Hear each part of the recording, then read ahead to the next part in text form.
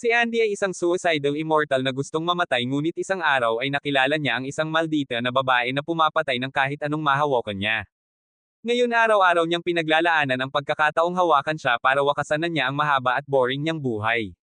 Nagsimula ang lahat isang umaga nang ang isang batang babae na nagngangalang Fuko ay katatapos lang magbasa ng pinakabagong kabanata ng One Piece at napakasama nito na gusto niyang patayin ang sarili sa pamamagitan ng pagtalon sa tulay. Gayunpaman nagpakita si Andy sa kanyang likuran upang iligtas ang kanyang buhay habang nakatingin sa kanya na parang candy. Pagkatapos ay tinutukan siya ni Fuko ng kutsilyo at nagbabala na mamamatay siya kapag hinawakan niya ito. Gayunpaman walang habas niyang hinayaan ang kanyang sarili na masaksak upang maalis niya ito sa gilid at magtanong tungkol sa kanyang nakamamatay na kakayahan. Matapos siyang ibaba inasahan niya ang mga epekto ng kakayahan ngunit nahulog lang siya sa tulay at tumalsik sa umaandar na tren. Nang makita ito nagsimulang masiraan ng loob si Fuko dahil kinaladkad niya ang ibang tao sa kanyang gulo sa pamamagitan ng pagkabigong patayin ang sarili ng mabilis. Noon lang biglang lumabas ang pugot na ulo ni Andy na pagtanto na ang kanyang nakamamatay na kakayahan ay isang harapan upang protektahan ang iba. Casual niyang na-regenerate ang kanyang katawan na parang upper moon ngunit sa kasamaang palad ay hindi niya nabago ang kanyang damit kaya sinuntok siya ni Fuko sa mga noggins at tumakbo sa pag-aakalang isa siyang zombie. Nakaramdam siya ng pang-iinsulto sa mga akusasyon ng zombie nito kaya itinulak niya ang sarili at hinawakan siya mula sa likuran habang sinasabi sa kanya na isa siyang immortal. Noon lang nagsimulang lumapit ang pulis kaya ginawa niyang jet booster ang mga naputol niyang binti at tumakas kasama siya sa rooftop sa isang malayong gusali. Doon ay sinubukan niyang tumakas ngunit hinawakan siya nito ng nakabaligtad at pinagbantaan na ibababa siya kapag hindi niya sasabihin sa kanya ang tungkol sa kanyang kakayahan. Ang nakakagulat hindi siya natakot dahil plano na niyang tapusin ang sarili noong araw na iyon kaya pinaikot siya nito na parang Beyblade hanggang sa tuluyang pumayag itong sabihin sa kanya ang lahat. She explained her past sob story of how her parents were about to go for a overseas trip so she kissed them goodbye pero ilang saglit lang biglang nagkaboom ang eroplano nila na winasak lahat ng sakay pati na ang parents niya. Simula noon napansin niyang masasaktan ang mga taong humipo sa kanya at kapag mas matindi ang paghipo nito mas malala ang malas na kakaharapin nila.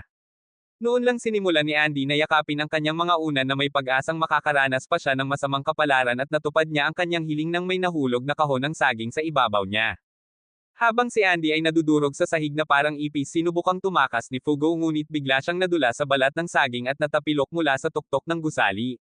Sa kanyang pagbagsak nalungkot siya dahil malapit na siyang mamatay nang hindi nararanasan ang anumang bagay na babae o napapanood ang pagtakbo ng bakal na bola ni Jojo. Gayunpaman tumalon si Andy sa kanya ibinato ang kanyang mga buto sa gusali upang pigilan ang pagbagsak habang yakapin siya nito. Pagkatapos ipinahayag niya kung gaano siya nasasabik na sa wakas ay makahanap ng isang taong magwawakas sa kanyang mahaba miserableng buhay. Pagkatapos ay ginamit niya ang kanyang mga binti bilang propellers at dinala siya sa kanyang hideout kung saan hiniling niya sa kanya na maghubad upang magamit niya ang kanyang karne na espada sa kanyang ngunit siya ay tumakbo palayo dahilan upang siya ay habulin. Habang siya ay tumatakbo ang kanyang Amerikana ay kinaladkad ng isang metal shard na nagpapakita ng kanyang buhok na estilong Rapunzel. Nagsimula siyang umiyak dahil hindi siya nagpagupit dahil sa kanyang kakayahan kaya nagpa siya si Andy na bigyan siya ng isa gamit ang isa sa kanyang mga kasanayan mula sa kanyang mahabang buhay. Nang matapos siya nagpasalamat si Fugo sa ginawa niyang pagmumukha sa kanya na isang makapal na anime waifu. Gayunpaman masayang inaabangan ni Andy ang napakalaking hampas ng kamalasan na malapit nang magpako sa kanya dahil hinawakan lang siya nito ng 15 minuto. Maya-maya lang nagpakita ang ilang misteryosong lalaking nakasot at pinutol ng kanilang pinuno ang ulo ni Andy at inilagay ito sa isang container na nagpahinto sa kanyang pagbabagong buhay. Bago makapag-react si Fugo nilagay siya ng pinuno sa posos at ipinaliwanag na siya rin ay isang banta at ang kanilang trabaho ay may kinalaman sa pangangaso sa mga taong may kapangyarihan. Tinawag niya ang kanyang kapangyarihan bilang isang hindi kapani-paniwalang tool para sa pagpatay ngunit sinabi niya na ito ay basura dahil madali itong malabanan kung hinawakan nila siya sa pamamagitan ng damit. Iginiit ng lalaki na hinahabol din ni Andy ang kanyang kapangyarihan ngunit ipinagtanggol siya ni Fugo sa pagsasabing hindi siya katulad nila. Pagkatapos ay tinangka niyang pigilan ang pag-iyak niya sa pamamagitan ng pagbabante na aalisin siya ngunit hindi natakot si Fugo sa mga lalaking nakasot na mababa ang budget dahil abala siya sa pakiramdam na nagkasala dahil kasalanan niya ang inaresto si Andy. Noon pa lang isang kidlat ang nagpikacho sa lalaking may hawak kay Andy at napagtanto ni Fugo na ang malas pala ay nagmula sa pagbonding ng gupit na ginawa nila. Bumangon si Andy mula sa abo at inalis ang isang piraso ng metal sa kanyang ulo na nagbigay sa kanya ng akses sa mga kasanayan sa pakikipaglaban na inalagaan niya sa loob ng 100 taon na nagbibigay daan sa kanya na pumalakpak sa angkop na mga idiot sa ilang segundo. Alam ng kaaway na boss na siya ay luto kaya lumipat siya sa mga taktika sa pamamagitan ng pagbabante na papatayin si Fugo kung hindi kusang ibigay ni Andy ang kanyang ulo.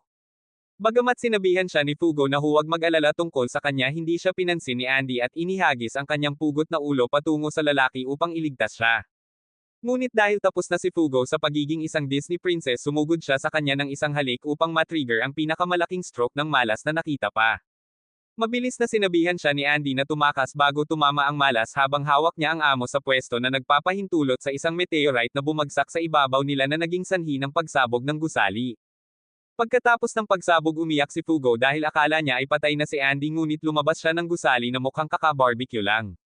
Noong una, tuwang-tuwa si Fugo nang makita siya at nagulat si Andy na isang halik lamang ang nagdulot sa kanya ng napakalaking malas. Pagkatapos ay iminungkahi niya na bagsak sila upang dalhin ito sa susunod na antas, ngunit nagsimulang tumakbo si Fugo palayo upang panatilihing buo ang kanyang V-card. Hindi nagtagal bago siya na-corner ni Andy at ipinahayag niya ang kanyang pagnanais na ilabas ang pinakadakilang sawi ni Fugo sa pamamagitan ng pagpasok ng kanyang zombie serpent sa loob niya.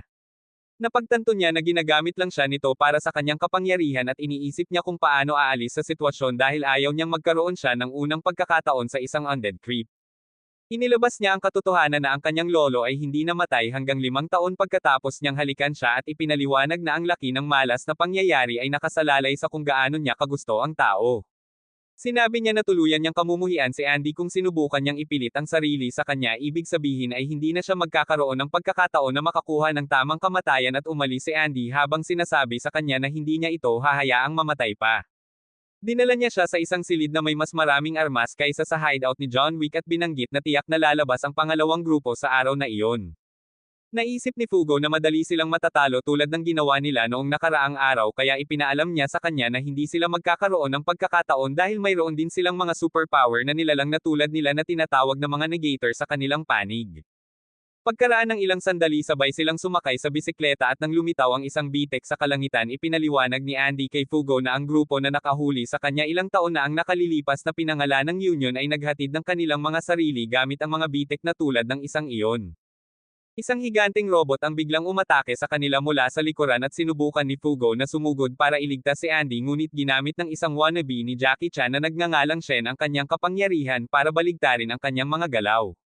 Napagtanto niya na hindi siya makagalaw kaya sinubukan ni Andy na maglunsad ng isang sorpresang pag-atake sa robot, ngunit bigla itong nawala ang lahat ng paggalaw sa kanyang katawan. Pinalipad siya ng robot gamit ang isang suntok at inakusahan ni Fugo si Shen bilang dahilan ng kanyang pagkalumpo, ngunit sinabi ni Andy na ang higanteng robot ang gumagawa nito gamit ang mga kapangyarihan nito. Pumasok si Andy sa isang brutal na laban sa boxing kasama ang robot hanggang sa natamba ng robot ang ulo ni Andy. Ipinaliwanag ni Shen kay Fugo na ang grupong pinagtatrabahuhan niya, ang Union, ay isang espesyal na pangkat ng 10 negator na exempted mula sa pangangaso sa kondisyon na sila ay nagsasagawa ng mga misyon. Natuwa si Fugo dahil pakiramdam niya ay mapipigilan sila ng pagiging miyembro ni Andy sa paghahanap, ngunit sinabi sa kanya ng robot boy na lahat ng upuan ay nakuha at sinubukan niyang tapusin siya ng isang suntok, ngunit nailigtas siya ni Andy. Hinawakan ni Fugo ang dibdib ni Andy at binigyan sila ng kaunting distansya bago sila binalaan na ang isang malaking hampas ng kasawian ay darating. Noon lang isang malaking tren ang bumagsak sa kanila na nagdulot ng pagsabog na kakaibang hindi nakapinsala sa mga miyembro ng Union.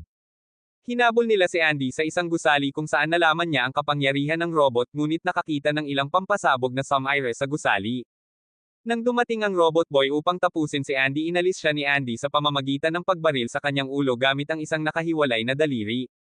Pagkatapos ay nakipag-wrestling siya kay Shen at sinubukan niyang tapusin siya gamit ang kanyang espada, ngunit napatigil si Shen sa tamang oras. Iniiwasan din ni Shen ang malas na pag-atake ni Fugo at sinabing iaalok niya ang isa sa kanila ng pwesto sa Union bilang kapalit ng robot boy. Sinabihan ni Andy si Fugo na kumuha ng pwesto, ngunit tumanggi siya at nagbigay ng madamdaming talumpati tungkol sa kung paano niya gustong gawin ang ilang mga tagahanga lamang na kontento sa kanya upang mabayaran siya sa pagligtas sa kanya. Nang makita ito, nagpasya si Shen na tulungan silang patayin ang isa pang miyembro ng Union para pareho silang makasali sa grupo. Ibinigay niya sa kanila ang lahat ng mga detalye na kailangan nila upang makahanap ng isa pang miyembro ng grupo at bumalik sa kanyang base. Matapos niyang iwan ang dating sinabi ni Andy kay Fugo na huwag nang muling maghukay ng stunt at nagyabang tungkol sa kanyang mga planong magtungo sa Russia upang patayin ang miyembro ng Union. Maya-maya sina Andy at Fugo ay nakasakay sa isang yate habang sila ay patungo sa Russia at ilang mga jet ng kaaway ang nagsimulang umatake sa kanila. Pinutol ni Andy ang isa niyang braso at ginawa itong rocket launcher na Sumire sa isa sa mga eroplano.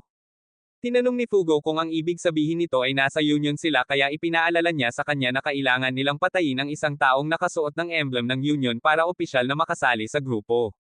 Pinaliit ni Andy ang kanilang target hanggang sa 3 negator kabilang ang isang ginang na may kapangyarihang lumikha ng hindi nakikitang mga hadlang na ginamit niya upang talunin siya ilang taon na ang nakalilipas.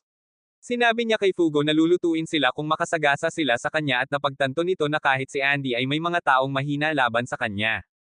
Sa sandaling iyon nagpaputok ng malaking missile ang babaeng Union na may kulay rosas na buhok mula sa kanyang planta na Sumire sa kanilang bangka na naging dahilan upang maipit si Fugo sa ilalim ng ilang mga durog na bato sa tubig. Iniligtas siya ni Andy gamit ang kanyang mga kakayahan sa undead at nang bumalik sila sa ibabaw sinabi niya sa kanya na itaas ang kanyang mga kamay habang pareho silang sumusuko sa kaaway na nasa itaas nila. Gayunpaman sinabi ni Andy na ang lahat ng ito ay isang daya upang makita kung makokontrol niya ang kanyang kamalasan at sinabi niya sa kanya ang tungkol sa melon massage at mouth-to-mouth na ibinigay nito sa kanya habang siya ay walang malay. Nang marinig ito natakot si Fugo at ang kanyang kasawiang palad ay nagdulot ng napakalaking alon ng tubig upang ilunsad silang dalawa sa tuktok ng eroplano ng kaaway kung saan winasak ni Andy ang piloto gamit ang isang espesyal na madugong sword move na tinatawag na Crimson Crescent Moon. Sumakay sila sa eroplano hanggang sa makarating sila sa isang tiyak na kagubatan kung saan sumabog ang eroplano at iniligtas ni Andy si Fugo gamit ang isang espesyal na pamamaraan ng landing na nakabasag ng lahat ng kanyang mga buto. Pagkaalis ni Andy para kumuha ng pagkain may mga Russian dudes na lumapit kay Fugo kaya tumakbo siya palayo at nakarating sa isang lugar sa beach kung saan nakakita siya ng isang kakaibang babae. Ipinagyayabang ng dalaga ang kanyang pagpipinta at iniabot kay Fugo ang isang painting board upang samahan siya.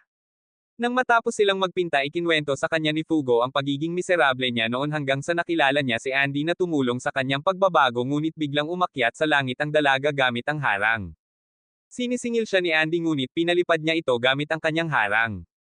Paglapag niya sa sahig sinabi niya kay Fugo na ang dalaga ay si Gina nga ang negator na pumalakpak sa kanya ilang taon na ang nakakaraan. Isinuot ni Gina ang kanyang sombrero at si Aura naman ay nagsasaka sa pamamagitan ng dahan-daang paglalakad pababa sa isang hagdanan na gawa sa kanyang harang. Tumakbo si Gina patungo kay Andy upang subukang yakapin ito ngunit pinigilan niya ito sa pamamagitan ng mapaglarong pagbabante na tatabasin siya ng kanyang espada. Tinanong ni Fugo kung siya ang nakahuli kay Andy 50 taon na ang nakalilipas at pumayag si Gina bago ibinunyag na pinanood niya ito sa buong pagkabihag nito. Nalito si Fugo sa katotohanan na siya ay may hitsura ng isang mababang loob at sinubukan ni Andy na sabihin sa kanya ang totoo tungkol sa edad ng hag ngunit pinigilan siya ni Gina sa isang nakamamatay na pag-atake ng harang. Sinabi ni Gina kay Fugo na 9 love muna siya kay Andy at ikinwento niya kung paano siya natarante sa walang pakialam na personalidad ni Andy matapos niya itong mahuli. Sinabi niya na nawala siya sa pagsubaybay sa kanya pagkatapos niyang tumakas 40 taon na ang nakakaraan ngunit natagpuan siya salamat sa kanyang kamakailang pakikipagsapalaran kasama si Fugo at naantala ni Andy ang kanyang monologo sa pamamagitan ng pag-spam sa kanya ng mga pag-atake ng granada. Madali niyang napigilan ang mga pag-atake at naglakad patungo sa kanya habang sinasabi sa kanya na gusto niyang maupo siya sa upuan ng Union ng mag-isa. Pinigilan siya ni Andy gamit ang isang flashbang at sinubukan niyang i-landing ang ilang mga pag-atake sa kanya ngunit walang sinuman sa mga ito ang maaaring tumago sa kanyang hadlang kaya tumakbo siya ng mas malalim sa kagubatan. Habang papalapit si Gina sa kanila sinubukan niyang alamin kung ano ang kanyang tinatanggihan upang mabuo ang kanyang mga hadlang hanggang sa ibaba siya nito gamit ang kanyang sombrero bilang sandata. Pinigilan ni Gina ang kanyang lower half gamit ang kanyang mga hadlang at sinabihan siyang sumuko kay Fugo ngunit sinabi ni Andy na hindi niya hahayaang mamatay ito hanggat hindi niya nagagawa. Nang marinig ito naglakad si Gina patungo sa kanya habang umiikot ang kanyang sombrero na parang chainsaw at sinabi niyang kukunin niya ang kanyang ulo tulad ng ginawa niya 50 taon na ang nakakaraan. Sinabi niya kay Fugo na nalaman niya ang kanyang kakayahan at bigla niyang pinutol ang kanyang ulo na naging sanhi ng pagbuhos ng kanyang dugo sa buong lugar. Ipinaliwanag niya na ang kakayahan ni Gina ay pinangalanang Unchanged dahil pinahintulutan siyang manipulahin ang pagbabago sa hangin at itinuro niya na ang kanyang mga pag-atake ay nakikita na dahil sa kanyang pag-ulan ng dugo. Hinawakan ni Fugo ang kanyang ulo at bigla niyang inayos ang kanyang katawan sa ilalim ng kanyang kamiseta na nagpapahintulot sa kanya na idiin ang kanyang mga hubad na melon sa kanyang katawan. Sinubukan ni Gina na atakihin si Andy ngunit naiwasan niya ang mga naka-air na kamay nito dahil nakikita na niya ito. Sinubukan niyang mag-strategize kay Fugo habang lumilipad sila ngunit nataman niya ang kanyang ulo sa isang di nakikitang field bago tinakpan ng kayaig ng mga laser beam ang lugar. Lumipat muli si Gina sa kanila gamit ang kanyang chainsaw na sombrero ngunit hinarang ni Andy ang kanyang pag-atake gamit ang kanyang espada. Lumayo si Andy sa kanya at sinabihan si Gina na hindi niya hahayaang mamatay si Fugo hanggat hindi niya ito napaibig sa kanya upang maibigay nito sa kanya ang kamatayan na gusto niya.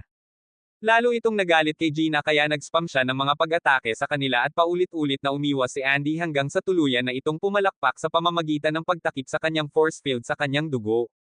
Nang may kapansanan ng paningin ni Gina ay gumawa sila ng butas sa kanyang force field at inihagis ni Fugo ang naputol na ulo ni Andy sa loob na naging sanhi upang sila ay tamaan ng isang napakalaking laser blast dahil sa nakaimbak na pag-unlock ni Fugo. Nang magsimulang maglaho ang buhay ni Gina sinabi niya kay Fugo kung gaano kaganda ang kanyang pagpipinta at umiyak siya habang sinasabi na umalis sila upang hindi nila makita ang kanyang nakakatakot na mukha. Sa halip sinabi sa kanya ni Andy na maganda siya at hinalikan siya. Maya-maya umiiyak si Fugo habang hawak niya ang Union jacket ni Gina kaya sinabi ni Andy sa kanya na laging may death wish si Gina. Sinabi niya na ipinangako niya sa kanya na ilalagay niya siya sa tuktok ng kanyang listahan ng mga hit kapag nakatakas siya mula sa bilangguan at pinasalamatan niya si Fugo sa pagtulong sa kanya na palayain siya sa kanyang pagiging na-unlock. Sa sandaling iyon lumitaw ang isang higanteng halimaw mula sa isang siwang sa kalangitan at dinala sila sa punong tanggapan ng Union. Nang bumagsak sila sa langit ay sinubukang dakpin ni Andy ang mga miyembro ng Union gamit ang kanyang mga bala ng daliri ngunit lahat sila ay nakalaban sa pag-atake at naupo siya sa isang upuan sa kanilang mesa. Isang babaeng nakamaskara na nagngangalang Jewess ang tumanggap sa kanya sa Union at sa iba pang miyembro ng grupo. Pinagmasdan silang mabuti ni Shen, Billy, Phil, Tatiana, Asian Top at Nico. Noon lang sinuntok ni Tatiana si Andy sa pader at sinabihan siya ni Billy na huminahon dahil mahigpit na ipinagbabawal ang pag-aaway ng mga miyembro ng grupo. Gayunpaman nakita niya na ang kanyang mga kamay ay hiniwanan ni Andy at ginamit ni Jewess ang kanyang kakayahan sa Temujin Jutsu upang pigilan ang mga ito sa paglala ng mga bagay. Sa hating gabi tinawag ni Jewess ang isang halimaw na tinatawag na Apocalypse na nagpahayag na mayroong 6 na quests na magagamit. Ang unang pakikipagsapalaran ay upang makuha ang isang tao na nagngangalang Burn at ang premyo ay ang pagdaragdag ng isang 11 na upuan sa Union. Ang pangalawa ay ang makuha ang taong pinangalan ng It na ang reward ay ang lokasyon ng isang negator na nagngangalang Unburn. Ang ikatlong pakikipagsapalaran ay nagsasangkot ng pag-neutralize sa isang tao na pinangalan ng language at ang gantimpala ay ang pag-isahin ang mga wika sa mundo. Ang pang-apat ay ang hulihin ng isang negator na nagngangalang Unseen at ang gantimpala ay ang lokasyon ng taong nagngangalang Call. Ang ikalimang pakikipagsapalaran ay upang mahanap ang taong nagngangalang Past at ang pagmamataas ay ang lokasyon ng isang artifact na tinatawag na Rebellion. Ang huling paghahanap sa listahan ay upang makuha ang isang tao na nagngangalang Spoil at ang premyo ay ang lokasyon ng isang negator na nagngangalang Unrepair. Sinabi ng Apocalypse kung ang lahat ng mga quest ay hindi na kumpleto bago ang katapusan ng Agosto ang parusa ay ang pagdaragdag ng isang tao na pinangalan ng Galaxy sa mundo. Nang ipaliwanag ni Top kung ano ang Apocalypse kay Fuko nagbigay siya ng madamdaming talumpati tungkol sa kung paano nila kailangang ihinto ang pagsunod sa mga utos nito ngunit pinatahimik siya ni Huwes sa pamamagitan ng pagpapalam sa kanya na kailangan nilang gawin ang mga paghahanap na iyon upang mapatay nila ang Diyos sa kabilang panig ng aklat ng Apocalypse. Nang makitang hindi nasisiyahan si Fuko sa kanyang sagot sinabi sa kanya ni Huwes na kailangan niya maging numero 1 sa Union sa pamamagitan ng pagkuha ng pinakamaraming resulta. Noon lang kinuha ni Andy ang Apocalypse at tinanong ito kung ano ang pinakamahirap na paghahanap kaya inirekomenda nito ang misyon na makuha ang spoil. Agad na kinuha ni Andy ang paghahanap at kinuha si Shen upang maging ikatlong tao para sa kanyang koponan. Pagkaraan ng ilang sandali sinabi ni Shen kay Andy ang kahalagahan ng pagsusuot ng uniforme ng Union ngunit sinabi niya na hindi niya ito kailangan. Biglang tumunog ang alarm habang nakatakas sa selda ang isang tao na nagngangalang Clothes. Nang salakayin sila ni Clothes natamba ito ni Andy ngunit pagkatapos ay kinuha nito ang katawan ni Mui. Isang hulk-up na si Mui ang nagsimulang umatake kina Andy at Shen kaya ginamit ni Fuko ang kanyang unlock para pabagsakin ang isang brick sa kanyang ulo. Nang walang malay si Mui iniwan ni Yuma ang kanyang katawan at ikinabot kay Andy bilang isang suit at kurbata na hindi nasira kahit na tinamaan ng napakalaking pagsabog ng unlock. Ilang sandali pa ipinaalam si Nico ng kanyang kasambahay na nakita si Spoil sa New York at natuwa si Andy dahil gusto niyang kumain ng ilang American hamburger sa panahon ng misyon. Makalipas ang ilang oras nagmaneho sina Andy at Fuko sa mga lansangan ng Amerika at pareho silang nasiyahan sa tanawin. Habang sila ay sumakay binasa ni Fuko ang mga detalye ng kanilang misyon sa sulat ng paghahanap na nagpahayag na ang kanilang destinasyon ay ang bayan ng Langang. Sa sandaling iyon nagpakita si Shen at ipinaalam sa kanya na mayroong isang legion ng mga homemade zombies si Spoil at nang tanungin niya siya kung may pagkakataon sila nagplay ng video recording ng ilang ahente na nawasak habang sinisiyasat ang lugar kanina. Nang gabing iyon nakilala ni Shen si Fuko sa isang pribadong lokasyon at tiniyak sa kanya na sila ni Andy ang hahawak sa Spoil. Gayunpaman sinabi ni Fuko na gusto niyang tumulong dahil ang pagkumpleto ng paghahanap ay magbibigay sa kanila ng impormasyon kung saan mahahanap ang Unrepair at nadama niya na ang Unrepair ay magkakaroon ng kaalaman kung paano lutisin ang mga problema sa kamatayan ni Andy. Nang tanungin niya si Shen kung bakit niya kinuha ang paghahanap sinabi niyang gusto niyang makita si Victor ang Diyos ng tagumpay. Kinabukasan dumating sila sa bayan ng Langang at winasak ni Andy ang mga pader gamit ang isang missile launcher na naging dahilan upang sisingilin sila ng mga zombie. Mahigpit na nagmamaneho si Andy sa kawin ng mga zombie at nakarating sa gitna ng lungsod kung saan gumamit siya ng isang madugong sword technique na tinatawag na Crimson Waxing Moon upang sirain ang isang buong grupo ng mga zombie. Pagkatapos ay nakakita siya ng isang zombie na hindi pa ganap na nakatalikod kaya nagpasya siyang gamitin siya bilang gabay sa Spoil.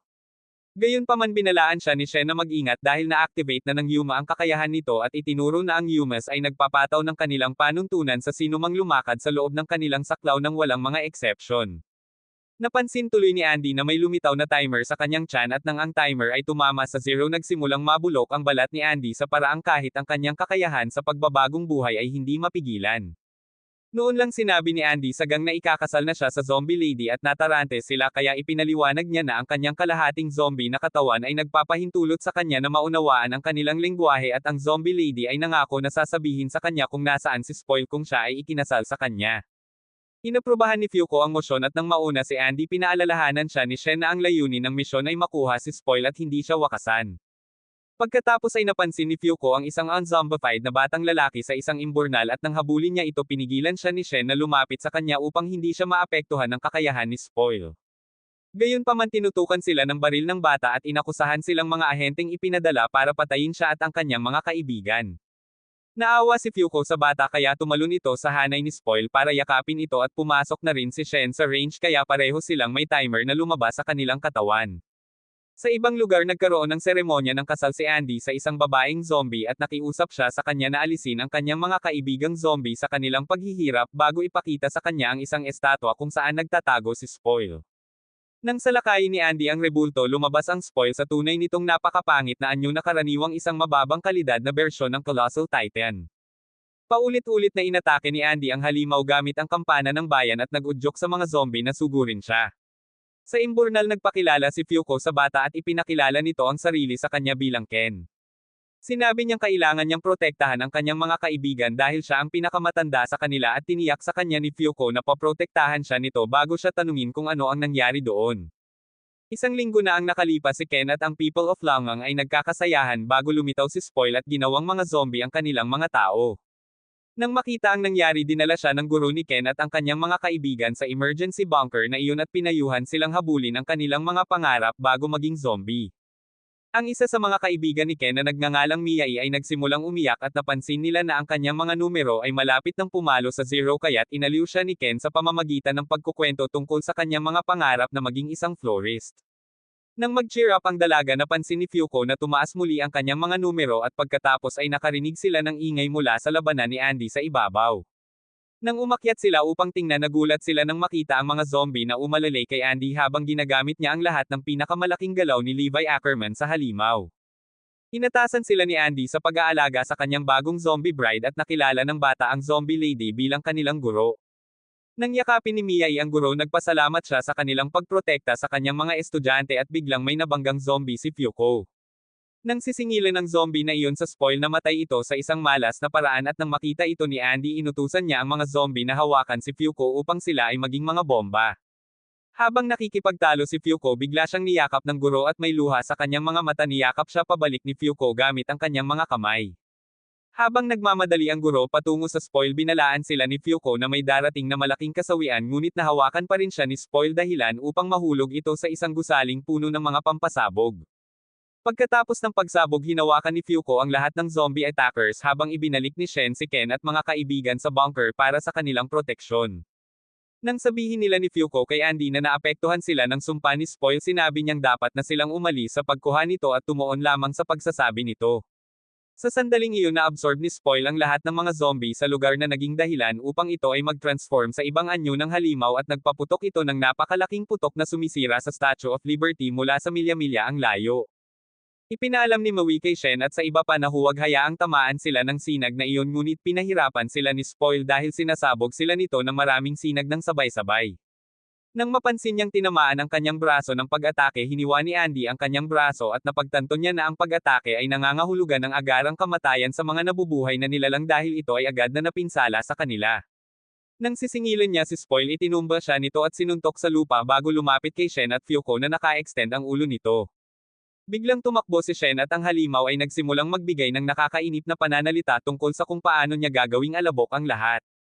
Kaya ipinang-aral sa kanya ni Fuko ang tungkol sa kung paanong hindi niya hahayaang mamatay hanggang sa maabot niya ang kanyang mga pangarap, at dahil dito ay tumaas ang kanyang mga numero.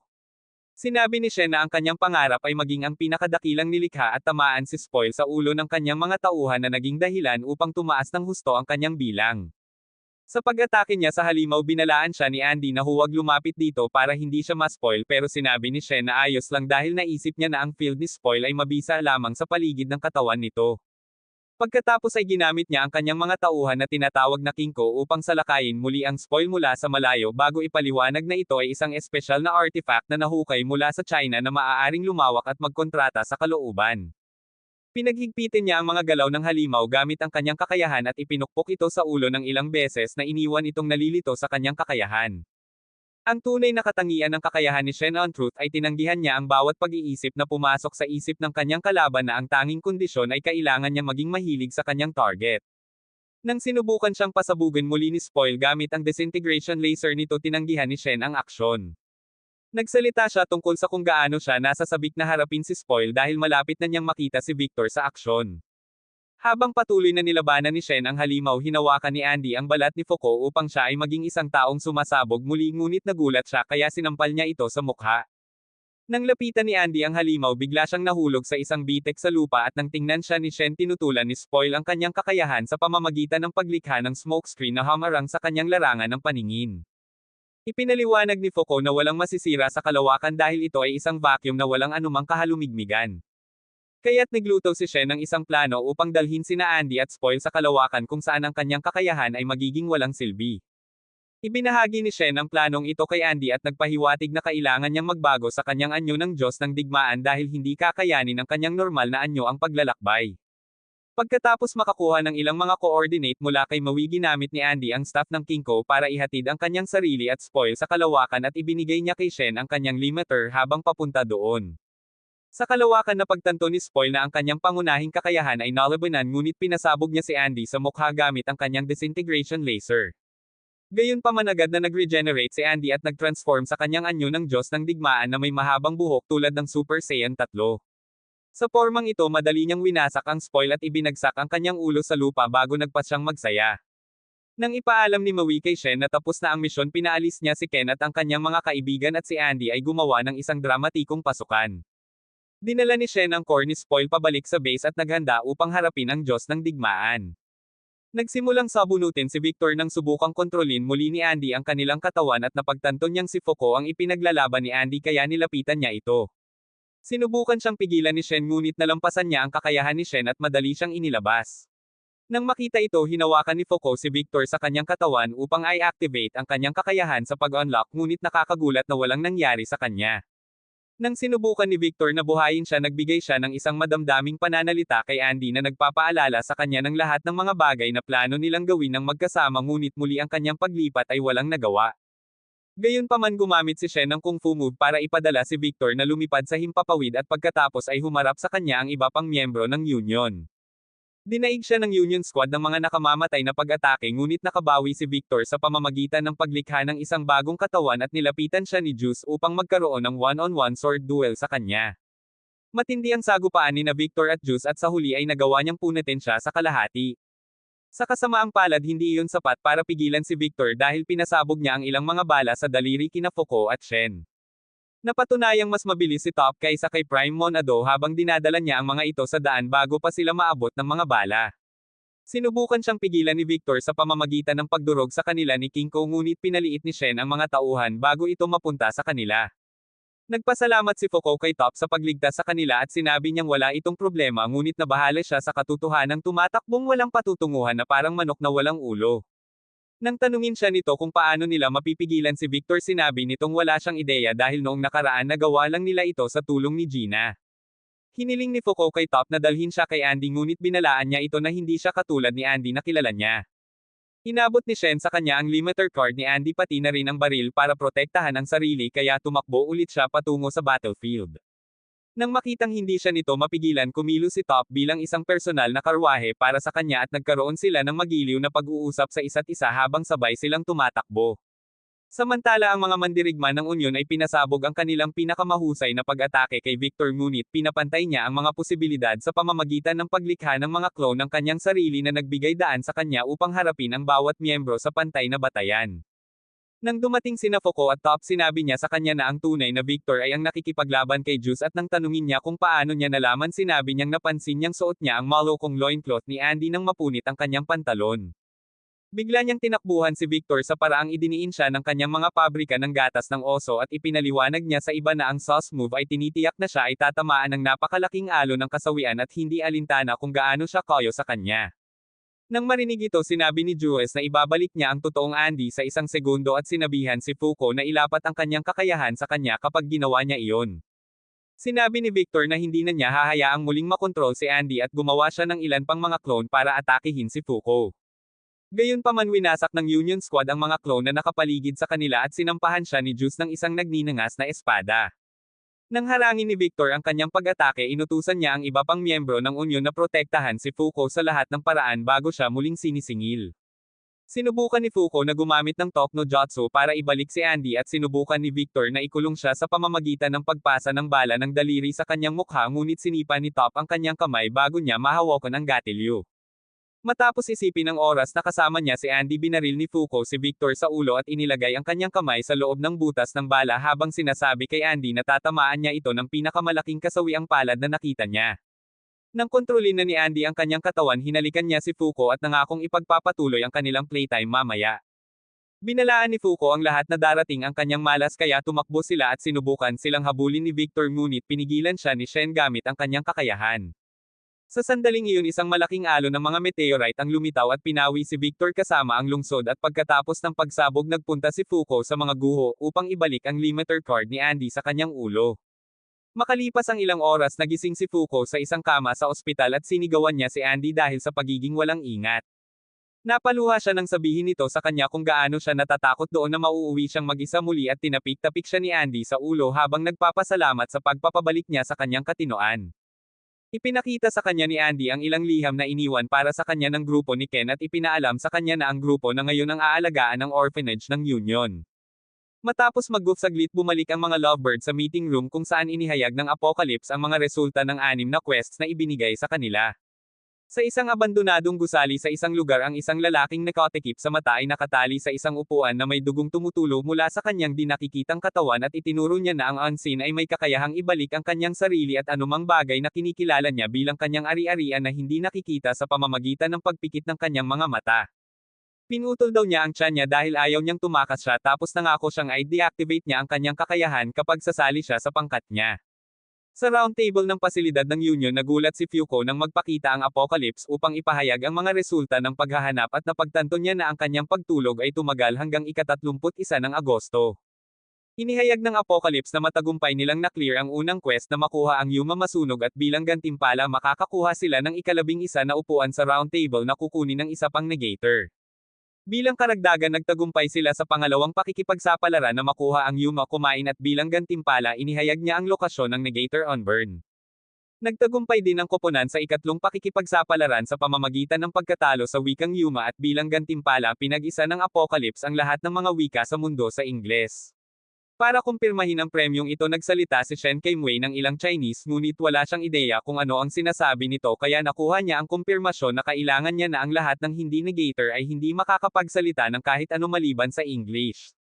Ipinahayag ng Apocalypse na natapos nila ang ika-4 na paghahanap sa pamamagitan ng pagkuha sa nakaraan ng Yuma at bilang isang premyo ibinigay niya sa kanila ang lokasyon ng Artifact Rebellion.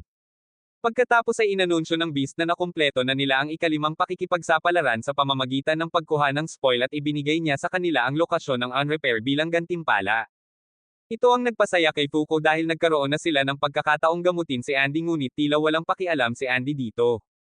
Sa kasamaang palad na bigo ang koponan sa panghuling pakikipagsapalaran na kung saan ay upang mahanap ang unseen at itinuro ni Andy na ang lahat ng mga investigator na ipinadala pagkatapos ng unseen ay namatay bago hulaan na nakuha ni On-Repair ang unseen. Bilang parusa sa hindi pagkumpleto ng quest na iyon pinalaki ng Apocalypse ang isang napakalaking human na pinangalan ng Galaxy at ipinadala ito sa ibabaw. Tumawag si West ng isang halimaw na nagngangalang Move na naghatid sa lahat sa Australia. Pagdating nila doon ipinaliwanag ni West kay Fuko na kailangan nilang harapin ang idinagdag na Yuma bilang parusa dahil palagi silang nagtataglay ng mga panuntunan na humantong sa pagkawasak ng sangkatauhan.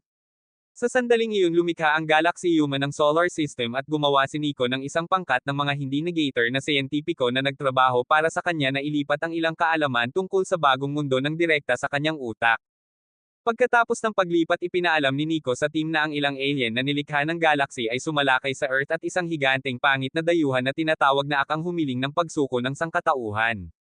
Matapos marinig ang kanyang kontrabida na pananalita ginamit ni Wes ang kanyang kakayahan sa Onjustice para sirain ng mga dayuhang barko ang isa't isa at sinabi niya kina Andy at Fuko na kaya nilang makakuha ng isa pang parusa dahil nasa ika-79 na parusa sila dahil ang ika-100 na parusa ay magdadala sa katapusan ng mundo.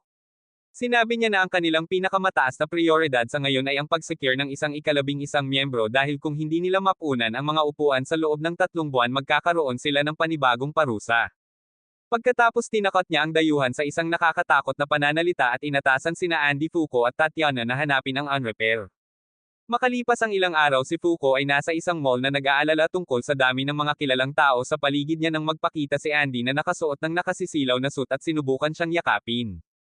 Noong nakaraan ang duo ay nakasakay sa isang magarbong eroplano at ipinaalam ni Andy kay Fuko na ang isang black market auction ay isang aksyon na humarap sa mga negator na hindi nagawang pamahalaan ng Union.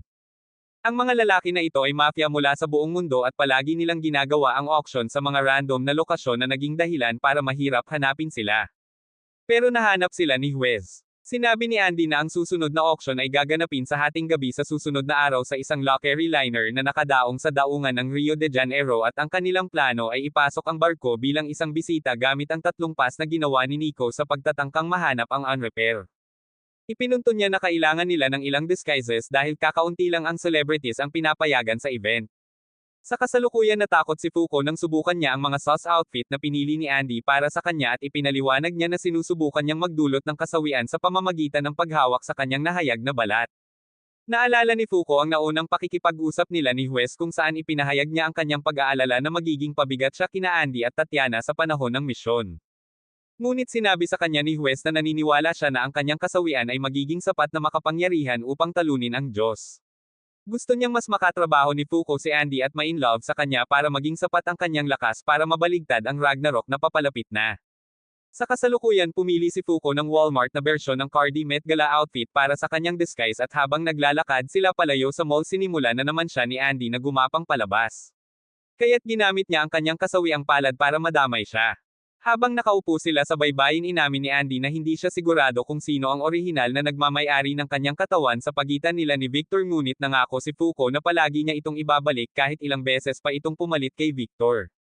Si Fuko ay lumaya upang tulungan si Andy na tumayo ngunit hindi niya suot ang kanyang guantes kaya ang kanyang malas ay na-activate nang hawakan niya ito dahilan upang lumitaw si Tatiana nang wala saan at nadurog siya. Sinabi ni Tatiana na ang plano ay para sa Undead Unlock duo na makalusot sa auction site bilang mag-asawa habang siya ay nag-iimbestiga sa labas ng pasilidad. Maya-maya pumasok sina Fuko at Andy sa auction building na iyon na nakadisguise at pagdating nila sa ballroom nabigla si Fuko nang marinig niya ang ilang mga maharlika na casual na nag-uusap tungkol kay Yuma. Pumunta sila sa isang nakaka-relax na bahagi ng gusali kung saan ipinaliwanag ni Andy na nakakapagsalita sila ng Ingles salamat sa isang gadget na ibinigay sa kanila ni Shen. Nagtataka si Fuko kung ang mga taong inilalagay sa auction ay humantong sa isang miserableng buhay tulad ng sa kanya at binigyan siya ni Andy ng isang masiglang pahayag bago ipahayag na siya ay nasa panig ng Union.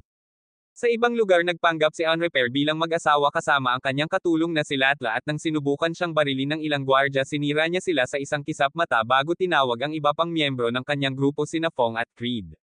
Nakita ni Tatiana na nagpaplano sila kaya ipinaalam niya sa koponan na 4 na negator ang nakalusot sa barko. Ipinaliwanag ni June na sila ay isang hanay ng mga negator na mangangaso na nangongolekta ng mga negator sa pamamagitan ng puwersa bilang bahagi ng kanilang misyon na makaganti sa mundo. Tumalon si Fuko sa likod ni Andy habang naghahanda silang humarap sa grupo ng mga hamak.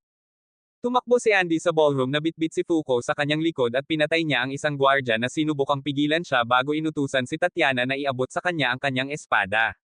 Hindi nagtagal ay nakarating siya sa isang pasilyo kung saan sinimulan silang pasabugan ng ilang gwardya. Gamit ang mga bala at nang ibigay ni Tatiana kay Andy ang kanyang espada, si Fuko ay lumikha ng isang malas na pagsabog na nagdala sa kanila sa ibabang bahagi ng barko. Tumakbo si Andy sa ilang hagdan kasama si Fuko sa kanyang likuran at nakarating siya sa isang pasilyo na nakasalansan ng mga dinamite na agad na sumabog. Sa ibang lugar ang isang negator boy na nagngangalang Chicory ay na-corner ng isang gwardya at pinahinto niya ang gwardya gamit ang kanyang kakayahan, ngunit nang sinubukan niyang tumakas ang gwardya ay nagsimulang kumilos muli. Napagtanto niya na hindi niya mapipigilan ang gwardya at makatakas sa parehong oras kaya iniisip niya kung ano ang kanyang gagawin.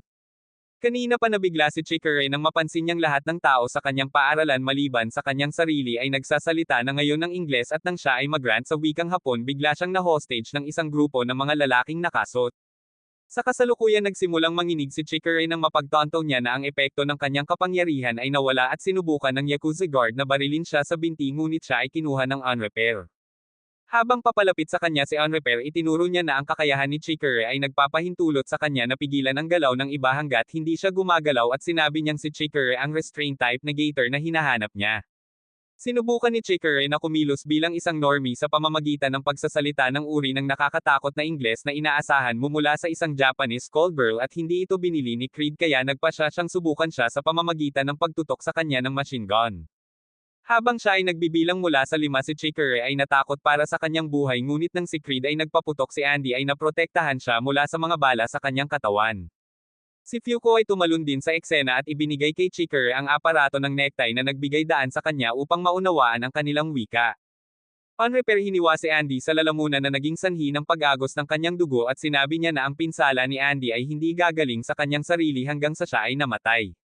Nang sinubukan ni Andy na putulin ang kanyang ulo, sinabi ni on-repair na ito ay walang kabuluhan dahil ang kanyang kakayahan ay tinanggihan ang lahat ng mga kakayahan sa pagpapagaling at sinabi niya sa kanila na ibigay ang Chicory upang maalis nila siya at ilipat ang kanyang mga kakayahan sa isang taong mas kapaki-pakinabang. Gayunpaman sinisingil siya ni Andy at nang putulin ni Fuko ang kanyang ulo naghatid siya ng literal na lumilipad na headbutt sa on-repair. Si Tatiana ay gumawa ng isang dramatikong pasukan sa pamamagitan ng pagbagsak kay Creed sa isang pader at sinubukan ni Andy na alisin ang on-repair gamit ang isa sa kanyang mga diskarte sa espada ngunit siya ay umiwas at naglaslas ng kanyang mga braso. Sinubukan ni Andy na pumalakpak pabalik sa pamamagitan ng pagtulak ng kanyang mga braso sa on-repair ngunit hinarang ni Latla ang pag-atake gamit ang kanyang kakayahan. Pinuri ni on-repair sina Andy at Fuko sa pagkakaroon ng lakas ng loob at sinabing si Chicory ay isang walang gulugad na talunan na karapat-dapat na mamatay dahil ang kanyang sariling kaduwagan ay hindi nagpapahintulot sa kanya na gamitin ang kanyang kapangyarihan ng maayos. Pagkatapos ay nagsalita siya tungkol sa kanyang mga plano na sakupin ang bansa at nagawa ni Andy na alisin si Latla sa equation sa pamamagitan ng pagbuhos ng dugo sa kanyang mga mata. Gayunpaman binato ni on-repair ng talim si Chihiro at sinubukang harangin ni Andy ngunit dumaan ito sa kanyang braso at sa tiyan ni Fuko. Ilalabas na sana ni Andy ang kanyang battle beast form sa soccer ngunit pinigilan siya ni Fuko at umalis si on-repair sa lugar nang magpakita ang ilang armadong gwardya. Nang sinubukan ng mga gwardya na patayin sila, naalala niya ang namamatay na mga salita ng kanyang ina at pinahintulutan siya nitong pigilan ang mga bala gamit ang isang powered up na bersyon ng kanyang hindi natitinag na kakayahan. Samantala pinasabog ni Creed ang kanyang machine gun kay Tatiana ngunit hindi makapasok ang bala sa kanyang balute kaya binato niya ito ng granada. Wala ring pinsala ang ginawa ng granada at sinubukan niyang suntukin ang ulo nito ngunit hinarang ni Fang ang pag-atake nito na nagpapahintulot kay Creed na maghagis ng mas maraming granada sa kanya. Habang iniisip ni Tatiana kung ano ang kakayahan ni Fang, bigla niya itong itinulak sa lupa at napansin niya na ang kanyang sandata ay nabasag ng kanyang kakayahan sa pagtanggi kahit papaano. Pagkatapos ay ipinaalam sa kanya ni Andy na si Fuko ay nasugatan ng on-repair at sinabi niyang kailangan nilang patayin si on-repair sa loob ng susunod na oras dahil si Fuko ay mayroon na lamang na natitirang oras upang mabuhay. Nang marinig ito, naalala ni Tatiana ang pagtatagpo nila ni Andy noong una silang magkita at pagkatapos ng pulong noong araw na iyon tinawag niya si Andy sa isang pribadong silid upang makipagduel sa kanya. Doon ay sinabi niya kay Andy na hindi niya kailanman tatanggapin siya bilang isang miyembro ng koponan para sa pagsira kay Gina at habang inaatake niya siya gamit ang kanyang mga robot na braso sinabi niya na hindi niya alam ang nararamdaman niya para sa kanya sa loob ng 40 taon. Gayunpaman sinabi ni Andy na alam niyang mahal siya nito at pinatay siya sa kabila noon kaya naglunsad si Tatiana ng sunod-sunod na suntok sa kanya para makaganti siya. Nang ang isang robot na braso ay lumapit kay Fuko na gawang iligtas siya ni Andy gamit ang kanyang pang-itaas na kalahati habang ang kanyang kalahating bahagi ay pinausukan ng isa sa mga braso ng robot at napagtanto ni Tatiana na hindi niya ito mabubuhay kung hindi niya ito protektahan. Sinabihan ni Nico si Tatiana na huminahon dahil ang kanilang susunod na misyon ay maghahayag kung ang duo ay gupitin para sa koponan at bigla siyang sinunggaban ni Andy na walang damit.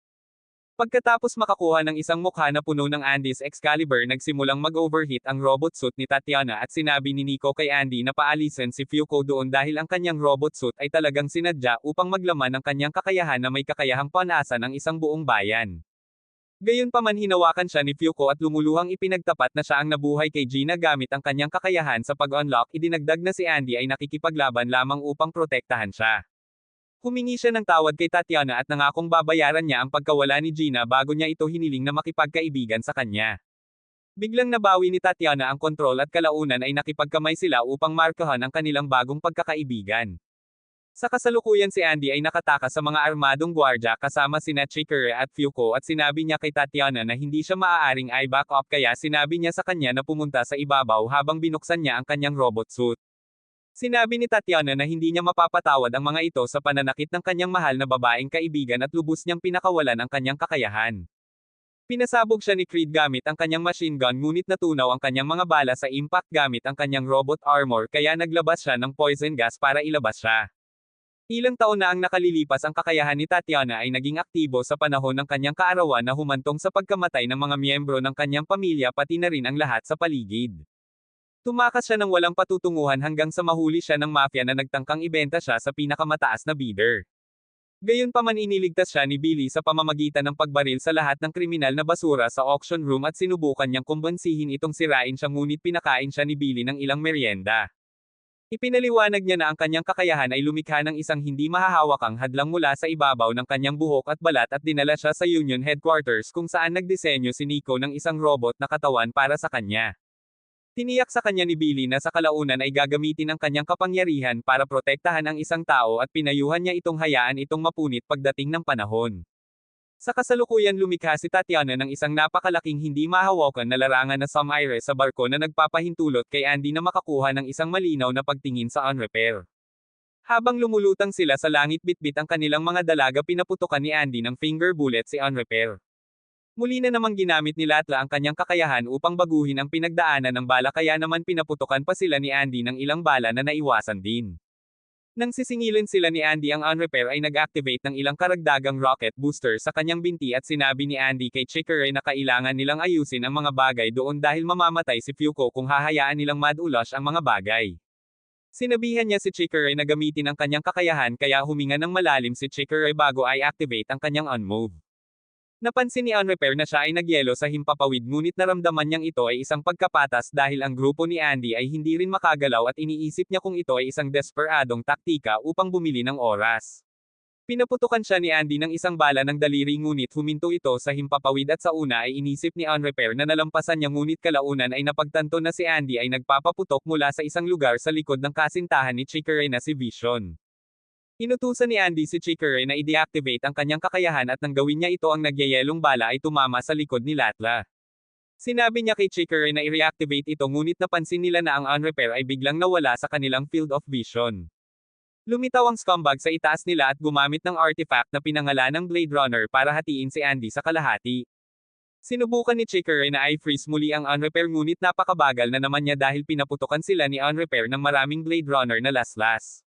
Nagawa ni Chikere na i-freeze ang mga laslas ngunit itinuro ni on-repair na mamamatay ang mga ito kung muli siyang kumurap. Sinabi ni Andy na halos nalaman niya ang kakayahan ni Latla at pagkatapos ay sinabi niya kay Fuko na itataya nila ang lahat sa random factor ng kanyang unlock. Sa sandaling iyon nagpakita si Tatiana at lumikha ng isang hindi mahawakan na larangan na nagtulak sa kanila sa pamamagitan ng mga slash ng on-repair. Binulag ni on-repair si Chikere ng dugo at pinaulanan sila ng isa pang Blade Runner slash at na-neutralize ito ni Andy gamit ang isang madugong slash na pinangalan ng Crimson Crescent Moon.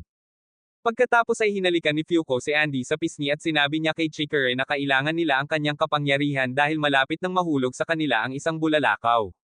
Noon lang nilaslas muli ni On-Repair si Andy at nahulog siya sa ilog kasama ang meteor na nagmula sa unlock ni Fuko. Sa pag-aakalang si Andy ay tapos na si On-Repair ay kinasuhan sa Chikere ngunit ang duwag sa wakas ay nagpatubo ng ilang Easter egg habang pinipigilan niya ang On-Repair sa tamang panahon para magpaputok si Andy ng bala sa kanyang dibdib. Dinala ni Latla ang nasugatang On-Repair sa bibig ng balyena na iyon at sinabi sa kanila na hindi siya mamamatay sa araw na iyon bago tumakas kasama ang kanyang koponan. Pagkaalis nila nagsimulang mag-alala si Fuko tungkol sa kanyang pinsala kaya kinumpirma ni Andy na ang kakayahan ng On-Repair ay na-deactivate sa pamamagitan ng pagpapakita sa kanya na ang kanyang katawan ay nagbabagong buhay. Pinasalamatan niya sina Fuko, Tatiana at Chikere sa pagtulong sa kanya sa kanilang mga kakayahan at pagkatapos binigyan nila si Chikere ng 1 linggo para malaman niya kung gusto niyang sumali sa kanila sa union o hindi. Makalipas ang 1 linggo naghintay sina Fuko at Andy sa labas ng paaralan ni Chikere para sa kanya at nang may natitira pang 10 minuto sa orasan na bigla sila sa kanilang buhay nang makita nila ang On-Repair sa isang mas maliit na anyo. Nang tanungin siya ni Fuko kung paano siya nakaligtas sinabi niyang namatay siya mula sa tama ng bala ni Andy sa puso ngunit naging ganoon ang hitsura pagkatapos. Tiniyak niya sa kanila na babalik siya sa kanyang orihinal na laki nang wala sa oras at bigla siyang pinalipad ni Andy na may isang suntok. He was actually cheerful though just having his teeth knocked out but Andy grabbed his shirt and said he wanted to bring more pain to him dahil hindi pa siya nakontento na barilin lang siya sa dibdib. Humingi ng paumanhin si On-Repair at tinanong si Fuko tungkol sa kanyang pinsala kaya sinabi niya sa kanya na napatch up siya ng isang doktor. Pagkatapos ay inabot niya kay Fuko ang isang handgun bilang regalo at agad niya itong hinawakan.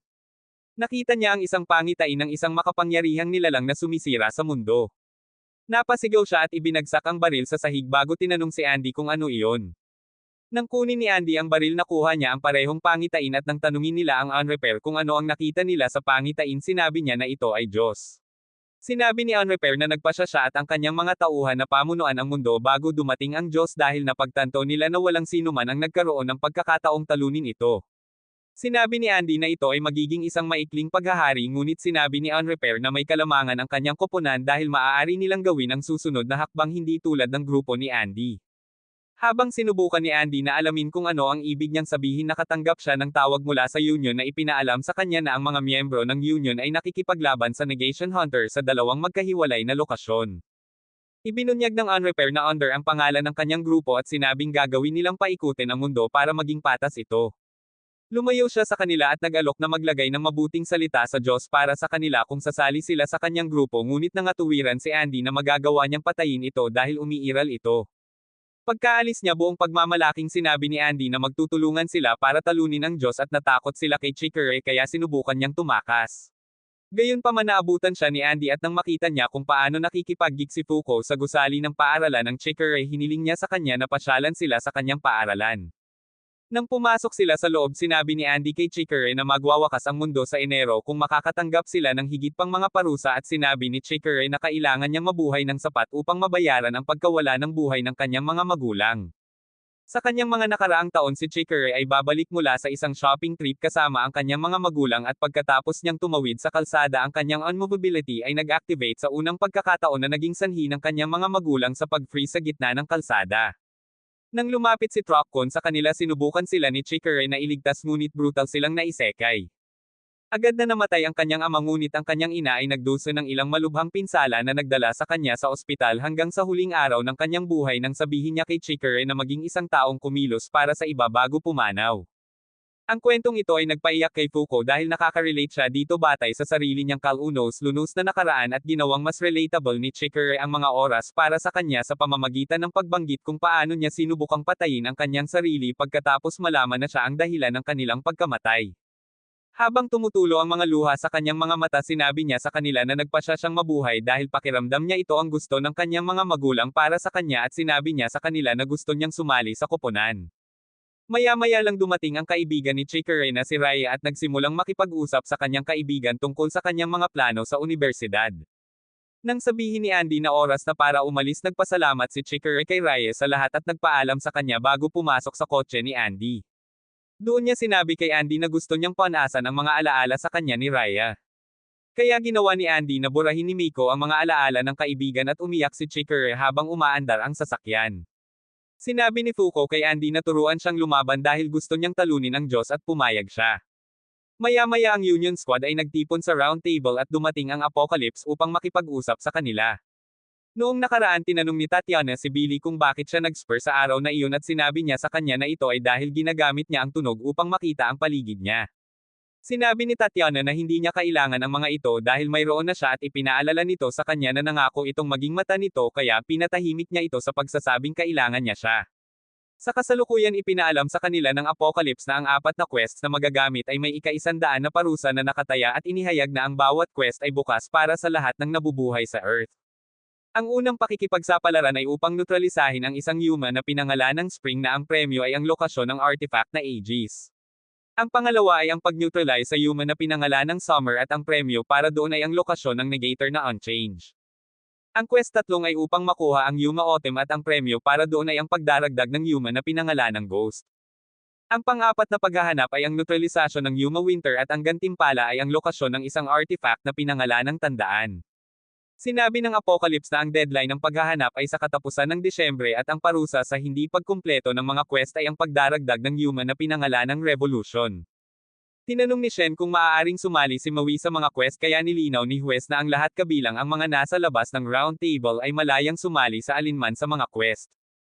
Pinutol sila ni Billy sa pamamagitan ng pagturo na kung ang ilan sa kanila ay namatay bago mabaril sa ika-101 na parusa tatatakan nito ang kanilang deal sa pagkatalo. Sinabi niya na kailangan lang nilang patayin ang 3 sa 4 na target at iminungkahi na ihulog ang mga nok sa kanila. Sinabi ni Tatiana na ang kanyang plano ay magiging sanhi ng pagkamatay ng maraming inosenteng tao at sinabi ni Billy na okay lang dahil ito lang ang mawawala sa kanila. Pagkatapos ay tinawag niya si Huwes na walang muwang para sa palaging naghahanap ng isang mas mahusay na resulta at sinabi na imposible para sa sinuman sa kanila na patayin ang Diyos. Bigla siyang nagpaputok ng bala sa lahat at lahat sila ay umiwas sa pag-atake bukod kay Isha na nataman habang sinusubukang protektahan si Phil.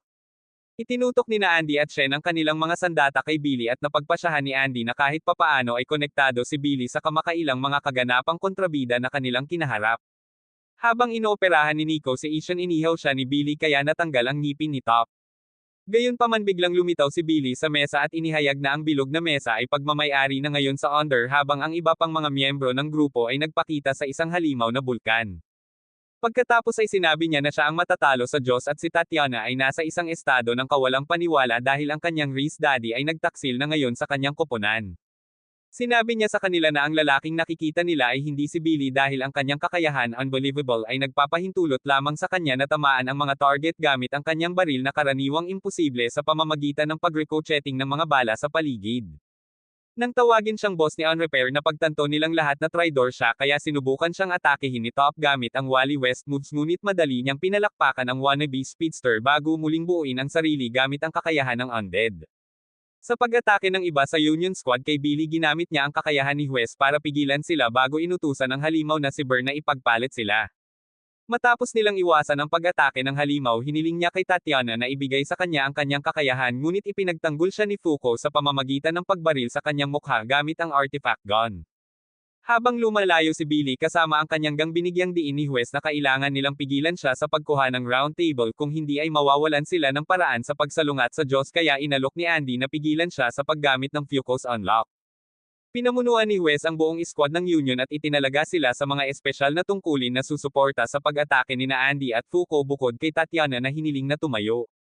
Habang sumakay ang Agents of Under sa Burn binanggit ng Unrepair kung gaano kadaling tumalon sa mga pandaraya sa Union ngunit sinabi sa kanya ni Billy na hindi ito magiging madali dahil malapit na silang ihinto ang kanilang momentum. Sinabi ni Unrepair na nagulat siya na ang kanyang amo ay naging pangatlong binhi sa Union dahil ito ang kanilang unang pagkikita at pumayag siyang makipagtulungan sa kanya ngunit nilinaw na ang kanyang layunin ay ang dumating pagkatapos na patayin ang Diyos. Tinanong niya si Billy kung ipagkakanulo niya sila at sumagot si Billy na hindi niya gagawin dahil hindi kumikilos ang grupo nila sa ilalim ng malabong motibo tulad ng hustisya ibig sabihin ang tiwala sa loob ng kanilang organisasyon ay nagmula sa mutual interest. Samantala pagkatapos italaga ni Huwes ang lahat sa koponan sa kanilang mga tungkulin sinabi ni Fuko kay Tatiana na si Billy ay isang kahangahangang tao at niyakap siya ni Tatiana habang sinasabi sa kanya na iligtas si Billy para sa kanya. Pagkatapos sumakay si Fuko sa likod ni Andy at inilunsad niya ang sarili pataas para harapin ang koponan ni Billy. Habang lumilipad sila sa himpapawid sinabi ni Fuko na dapat silang tumutok sa pagpapabagsak kay Bern at makipag-usap kay Billy pagkatapos ngunit tinukso siya ni Andy sa pamamagitan ng pagsasabi ng katotohanan na binaril niya si Billy sa mukha ilang minuto lang ang nakalipas. Pagkatapos ay inamin niya na gusto niyang kausapin si Billy dahil nahihirapan siyang paniwalaan na bubuo si Billy ng isang buong bagong organisasyon dahil sa pagkakaiba sa mga patakaran ngunit sinabi niyang bibigyan niya siya ng buko sandwich para sa pagpapaiyak kay Tatiana. Nang makakuha siya ng visual sa Bern tinanong niya si Wes kung handa na ba ang mga bagay sa kanyang pagtatapos at nang sabihin niyang oo inilunsad niya ang kanyang sarili at si Fuko sa itaas ni Billy at ng kanyang grupo. Kaagad na nakita sila ni Billy pinaandar niya ang kanyang kakayahan sa kawalan ng hustisya ngunit bago pa siya makapaglansad ng pag-atake hiniwa ni Andy ang kanyang leeg habang hinahalikan siya ni Fuko sa pisngi. Pagkatapos ay inilunsad niya ang kanyang ulo sa bibig ni Bern at binalaan sila ni Fuko na isang malaking hampas ng kamalasan ang darating habang si Andy ay patungo sa loob ng tiyan ng halimaw. Sa sandaling iyon ang halimaw ay nazap ng halos 1,000,000 boltahe ng kuryente at isa sa mga siyentipiko ni Nico ang nag-freeze nito gamit ang sistema ng paglamig ng pasilidad. Sinabi ni Billy na bibilhan lamang sila nito ng oras dahil malapit ng magbagong buhay ang ganap na nabuong katawan ng halimaw ngunit binalaan sila ni Fuko na isa pang stroke ng kasawian ang darating at gumamit ang mga siyentipiko ng napakalaking espesyal na sandata para saksakin ang halimaw. Ipinagdiwang ng lahat ang pagkatalo ni Bern ngunit biglang napansin ng koponan na nawawala si Tatiana. Naghatid si Andy ng Detroit Smash kay Billy ngunit binago niya ang nabali niyang leeg gamit ang undead ability ni Andy kaya hiniling ni Andy kay Fuko na iabot sa kanya ang mga armas na hawak niya. Nagsimulang mag-zoom si Billy sa paligid ng larangan ng digmaan gamit ang hindi mapigil ang kakayahan ni Top at sinipa niya si Andy ngunit nagawang putulin ni Andy ang kanyang binti nang makipag-ugnayan siya. Binago ni Billy ang kanyang binti at ginamit ang kawalan ng katarungan para tumalon si Fuko sa platform. Habang tumalon si Andy para iligtas siya napagtanto niya na ang pangunahing kakayahan ni Billy ay ang pagkopya sa mga kakayahan sa negation ng iba at biglang nabuhay si Bern. Nang mapansin ito ng team nagtanong si Juice tungkol sa kalagayan ni na Andy at Fuko at natigilan siya nang sabihin sa kanya ni Tatiana na lumilipad siya patungo kay Billy habang karge-karge silang dalawa. Nang dumating muli ang tatlo sa entablado sinubukan ni Tatiana na makipag-usap sa kanya ngunit sinabi niya sa kanya na hindi siya mahalaga at ginamit siya ng kawalang katarungan. Gayunpaman naglabas si Tatiana ng isang hindi mahawakang larangan na dumurog kay Billy sa dingding na nagpapahintulot kay Fuko na hawakan ang Apocalypse. Nagbanta si Andy na papatayin si Apocalypse para hindi makuha ng mga kontrabida ang kanilang mga reward ngunit pinalaya ni Apocalypse ang kanyang sarili sa pamamagitan ng pag-overwhelm kay Fuko ng mga nakakatroma na pangitain. Gayunpaman kinuha ni Phil ang Apocalypse at sinabi sa kanila ni Billy na hahayaan niya muna sila ngunit sinabihan sila na kukuha siya ng isang bagay na tinatawag na Arco bago tumakas. Pagkaalis niya pinatawag ni Wes ang grupo. Nagtipon silang lahat sa lugar na dating bilog na mesa at ang Apocalypse na ngayon ay nakakulong ay patuloy na nagmumura tungkol sa iba't ibang paraan na binalak niyang patayin sila. Nang tanungin ni Wes si Nico para sa ulat ng pinsala sinabi niya na ang mga bagay ay hindi kasing sama ng inaakala nila dahil ang mga bagay ay magiging mas masahol pa kung nagsimula sila ng isa pang laban sa halip na pilitin ang isang tabla sa pamamagitan ng pagnanakaw ng Apocalypse. Pagkatapos ay tinanong niya kung magiging okay si Fuko kaya kinumpirma niya na sa kalaunan ay gagaling siya. Sinabi ni Andy na napansin niyang hindi maganda ang mga bagay mula nang marinig niya ang patakaran ni Wes tungkol sa mga pakikipagsapalaran sa galaxy bilang parusa.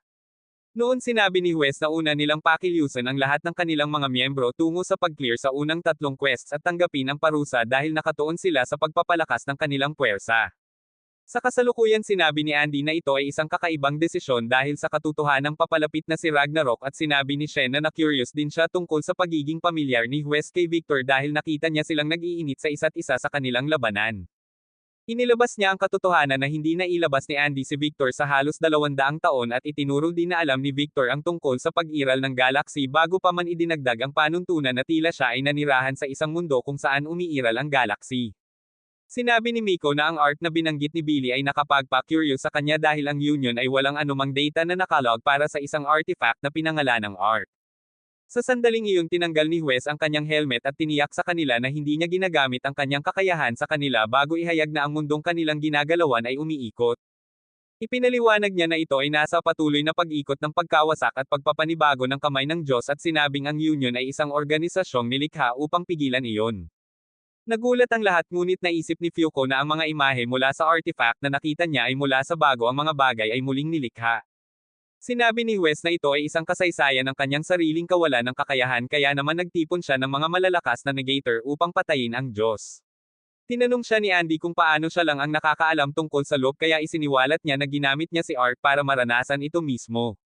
Nang hilingin sa kanya ni Andy na magbigay ng patunay sinabi niyang ipapaliwanag niya kung paano nagsimula ang mundo at kung paano ito magwawakas. Nagsimula siya sa pamamagitan ng pagsisiwalat na ang lahat ng bagay sa planeta ay sasabog at isang bagong planeta ang mabubuo habang ang mga fragment ng lumang mundo ay nananatili sa kalawakan.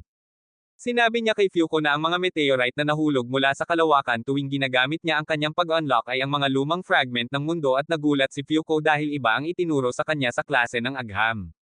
Bilang patunay ng sarili niyang loop tama niyang itinuro na may nunal si Andy sa kanang tainga at napagtanto nila na sila ni Victor ay dating magkasosyo sa sayaw sa kwarto. Naisip ni Andy na sila ni Victor ay nagtutulungan sa mga loop na ito dahil hindi maaaring mamatay si Victor kahit na nawasak ang mundo at ginamit ni Wes ang Art para makipag-usap sa kanya. Sinabi ni Wes na mayroon lamang dalawang paraan upang maiwasan ang mga patakaran. Ang una sa mataas ay para kay Andy na mamatay at ang pangalawa ay ang walang buhay na Diyos. Ipinapalagay niya na ang pag-aalsa ni Billy ay dahil ang balita tungkol sa loop ay nag-leak at nagpasya siyang tabusin ito sa pamamagitan ng pagkitaw sa kanyang buhay. Gayunpaman sinabi sa kanya ng lahat sa gang na huwag sumama dito dahil naniniwala sila sa kanya at si Ishan ay naglagay ng bagong round table kung saan nakaupo silang lahat. Sa kanilang pagkikita sinabi ni Wes na kailangan nilang hulihin si Billy Crush the Under at bawiin ang lahat ng kinuha sa kanila ng grupo. Espesyal niyang inatasan sina Andy at Fuko na suriin ang pagiging lihai-timo ng isang partikular na libro na pinaniniwalaan niyang nagtataglay ng mga huling at hinaharap na mga kaganapan sa mundo na isinulat ng isang partikular na artifact. Naglabas si Wes ng isang libro mula sa kanyang Amerikana at laking gulat ni Fuko nang makita niya ito dahil ito ay kopya ng manga ng Boku no Pico na itinuturing niyang isang obra maestra. Naglabas din siya ng kopya ng isang Peking Blue Lock manga kung saan papasabugin ng isang space soccer club ang buong paaralan ngunit ang spiral shot ng kapitan ng hustisya ay sumisira sa lahat ng layunin at nagpapanumbalik ng kapayapaan. Napagtanto ni Fuko na ang kwento ay halos kapareho sa paraan ng pagpalakpak ni Wes sa lahi ng dayuhan na sumalakay ng magkabisa ang galaxy. Naglabas siya ng ilang iba pang mga kopya ng manga at sinabing kailangan nilang imbestigahan ang mga ito dahil maaaring konektado sila sa ibang mga laban. Sinabi ni Fuko na walang nakakaalam ng anumang bagay tungkol sa may akda ng manga na ito kaya ipinaalam sa kanya ni Wes na sila ay iginuhit gamit ang isang artifact na pinangalan ng G-Liner at ipinaliwanag na ang mga bagay na iginuhit mismo ay hindi apektado ng pagdaragdag ng mga bagong panuntunan. Nangangahulugan ito na ang orihinal na manuskrito ay hindi nasa ilalim ng pag-iisa ng wika at nasa Japanese pa rin.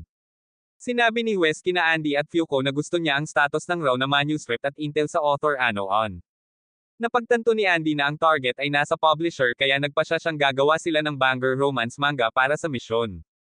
Maya-maya sina Andy at Fuko ay dinala sa isang espesyal na silid ng isa sa mga kampan ni Nico na nagngangalang Miko at habang nandoon sila napagtanto ni Fuko na siya ay mas walang alam sa paggawa ng manga kaysa sa may akda ng Tokyo Revengers.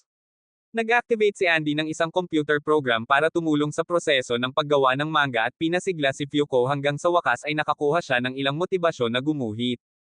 Habang iginuhit niya ang manga sinabi niya kay Andy na naniniwala siyang makakapag-unlock siya ng mas malalaking stroke ng unlock kung mas naiintindihan niya ang kanyang nararamdaman.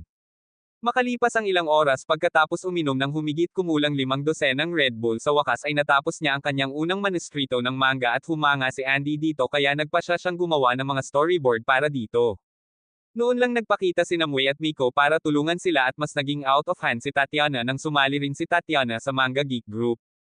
Makalipas ang ilang oras ipinaalam ni Andy kay Fuko na tapos na siya sa storyboard kaya nag-overdrive si Fuko at ang iba pa habang iginuhit nila ang mga pahina ng manga sa hindi kapani-pani walang bilis.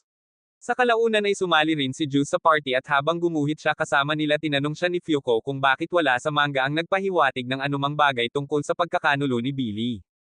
Itinuro din niya ang ilang mga hindi pagkakapare-pareho sa pagsulat na nagpasya kay Juice na sinasadya ng may akda na iwanan ang mga bagay. Si Fuko ay literal na na-freeze sa isang haligi ng yelo nang makita niya kung gaano kahanga-hanga ang pagguhit ni Juice ngunit nagtrabaho siya ng maraming oras hanggang sa wakas ay natapos niya ang manga na pinamagatang Undead Unlock. Kinabukasan ipinakita niya ang kanyang manga sa isang publisher at pagkatapos ng malupit na pagpuna pumayag ang ginang na isumite ito sa paligsahan.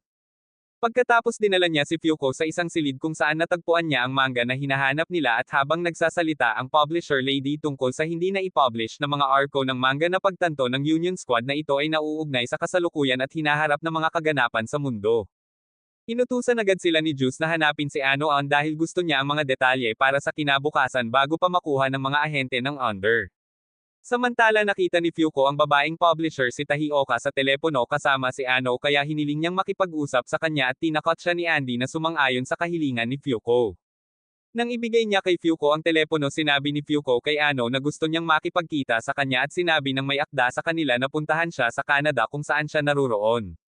Sa eroplano papuntang Canada nag-enjoy si Andy sa 5-star meal at sinabi niya kay Fyuko na sus ang author dahil nakausap lang niya ang editorial staff sa pamamagitan ng silent phone calls at letters sa loob ng 20 taon na magkatrabaho sila. Inihayag din niya ang katotohanan na nahihirapan si Union na kunin ang tagagawa ng manga na ito na may maskara at sinabi niyang determinado siyang hulihin siya sa lahat ng mga gastos. Makalipas ang ilang oras dumating sina Andy at Fyuko sa parke sa Canada kung saan sila sinadya upang makilala si Ano at napansin ni Fyuko na taglagas na doon.